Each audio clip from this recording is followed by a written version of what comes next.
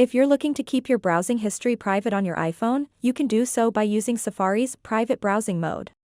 With private browsing enabled, Safari won't remember the websites you visit, your search history, or any of the cookies and site data from those sites.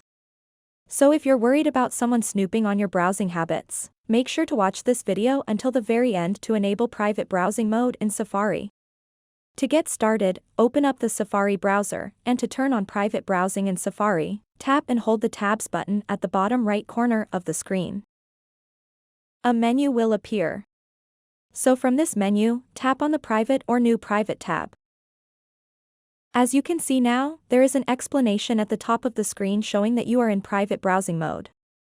And now you can visit any website that you like, and it won't create any browsing or search history in Safari.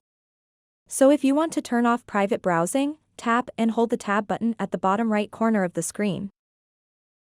Then simply tap on Tabs. And now you have disabled private browsing mode on Safari. So that wraps up this tutorial. If you have any questions about this whole process, please let me know in the comments section below. And if this video helped you out, please give it a big thumbs up and subscribe to this channel for more tutorial videos like this one.